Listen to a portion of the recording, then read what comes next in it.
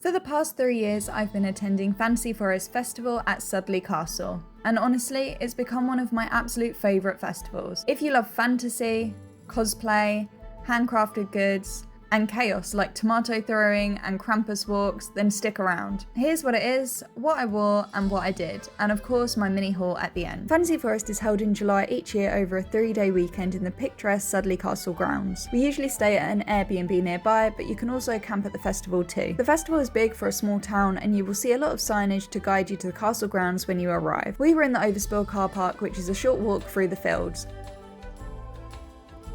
Once you arrive at the entrance, you'll get your wristband so you can come and go throughout the day. I've always been impressed with how short the queues are. We have never had to wait more than 5 minutes to get in. After you pass through bag search, the magic begins straight away. There are lights and music and decorations in every direction, and helpful maps on the grounds too. I like to use the app to find out what's on at different times because there's just so much to do. On the Friday, it's known as the unofficial Pirate Day, and we had lots of fun dressing up as pirates and listening to all the pirate-themed bands.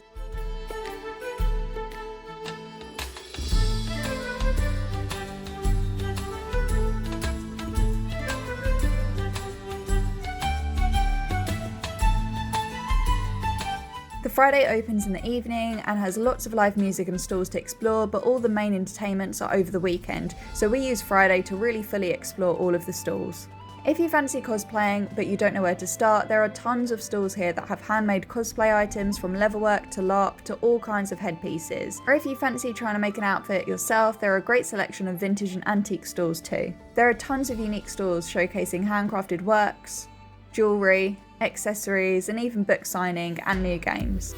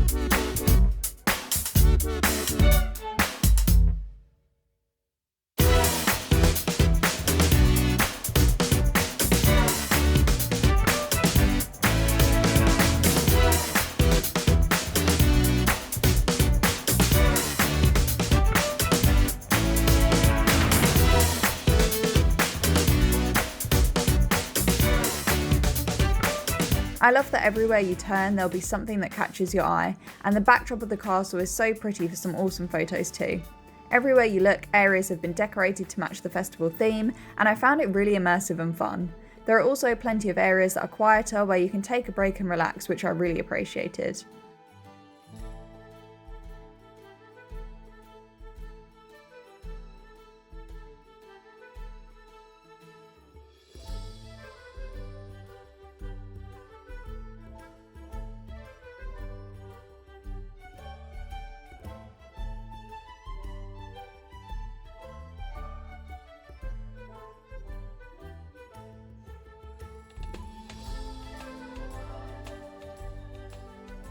One of the areas I loved visiting was the Cosplay Court, where they hold a fun cosplay competition. You can sign up and enter yourself, and each contestant picked a soundtrack and came on stage to show off their cool outfits they're working on.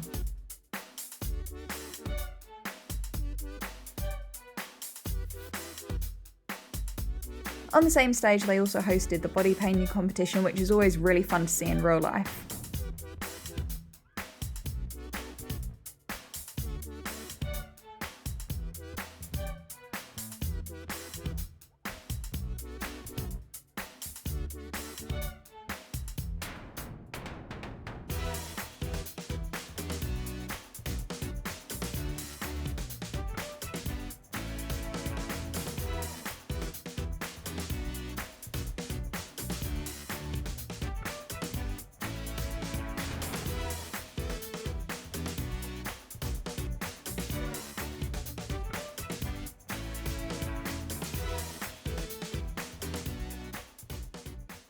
On day 2, we went in Wasteland cosplays and had a lot of fun exploring the Wastelands corner of the festival. You can use bottle caps as payment to play some fun free mini games, and there are some really cool displays and setups to check out, and even some Fallout themed performers too.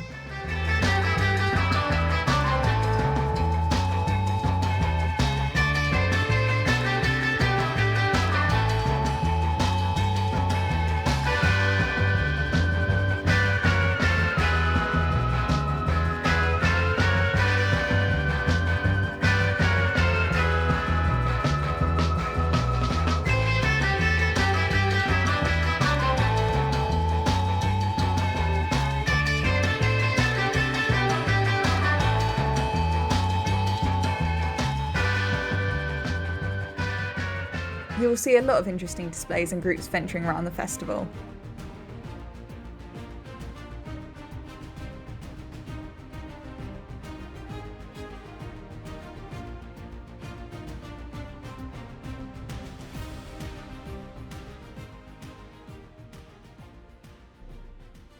Another zone we spent some time in was the Krampus tent. We joined a workshop here to learn how to make Krampus horns, which was really fun.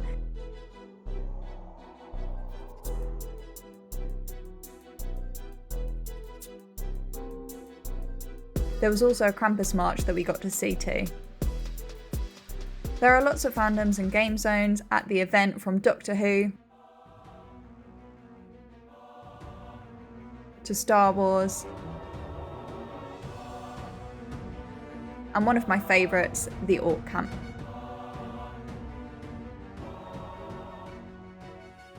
There were also some themed escape rooms this year, which was interesting to see. One thing I love about Fantasy Forest is it's very driven by the community, and it's cool to see it grow and evolve each year. Something else that has gained a lot of popularity over the years is trinket trading, which you can recognise by the purple symbol. You'll see many cosplayers taking part, and even some of the stalls. The idea is to trade trinkets that you make with other people and take home some momentums from the festival. There are even dedicated trinket trading spots around the festival too. This year I was happy to see a Warhammer zone for the first time too. They ran some talks and workshops, and I got to make a purity seal.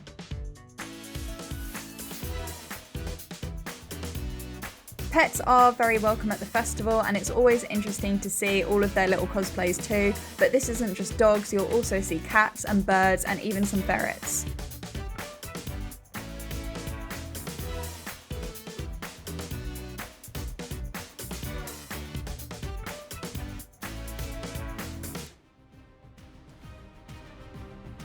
It was great to see so many activities and entertainments included for free. There was so much to do that we are glad we had the full 3 days to explore everything. There really is something for everyone to enjoy. They even had really niche things going on like teapot racing.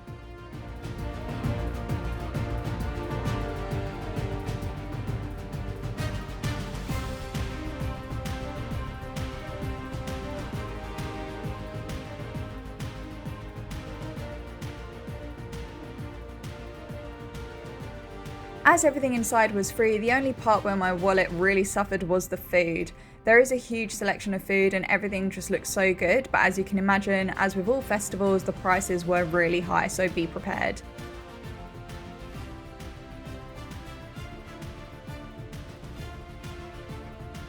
We had to treat ourselves and get the giant turkey leg though. There are free refill points around the venue for water bottles too, so make sure you bring one with you. Most meals we opted for a spot near the stages to eat. There is music playing at each stage throughout the day, so there's always something on to watch.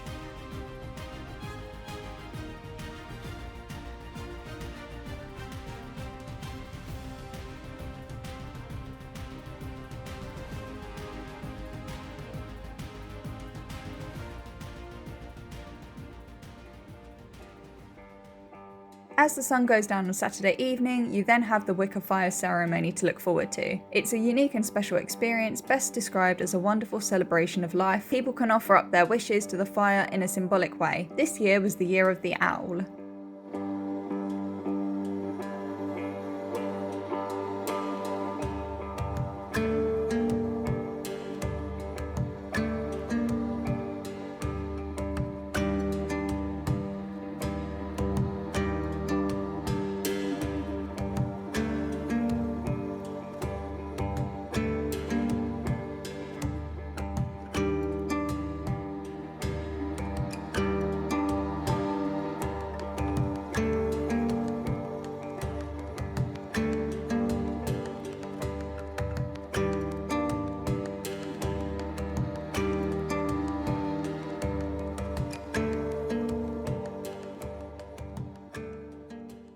After the ceremony, all the stalls are still open, so we ended our day with some live music and food.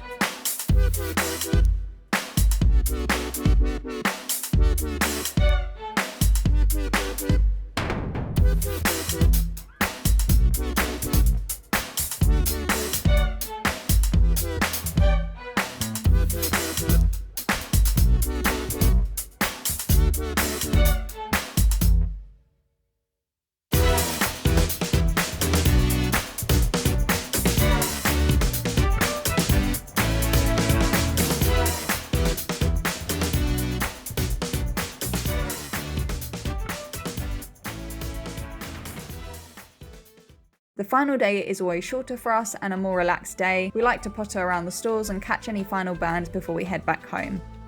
We cosplayed as a rare mushroom and a mushroom gatherer for the last day, so we also spent some time exploring the castle grounds to get some cool photos.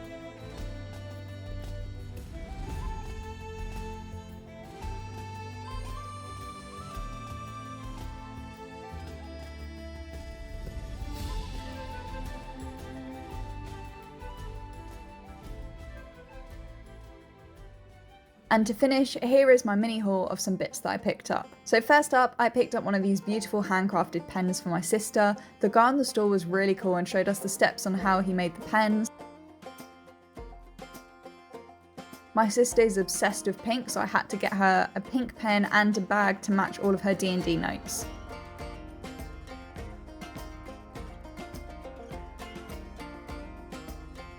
I then got jealous of her pen and had to pick one up for myself too. As the pens are all handcrafted, each one is unique and one of a kind.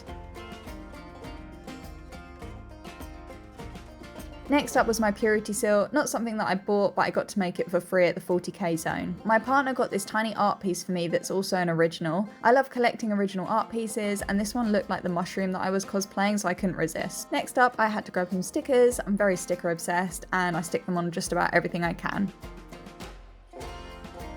My partner then treated me to this beautiful handmade notebook, and the sushi fabric on it was brought back from Japan, which is really cool.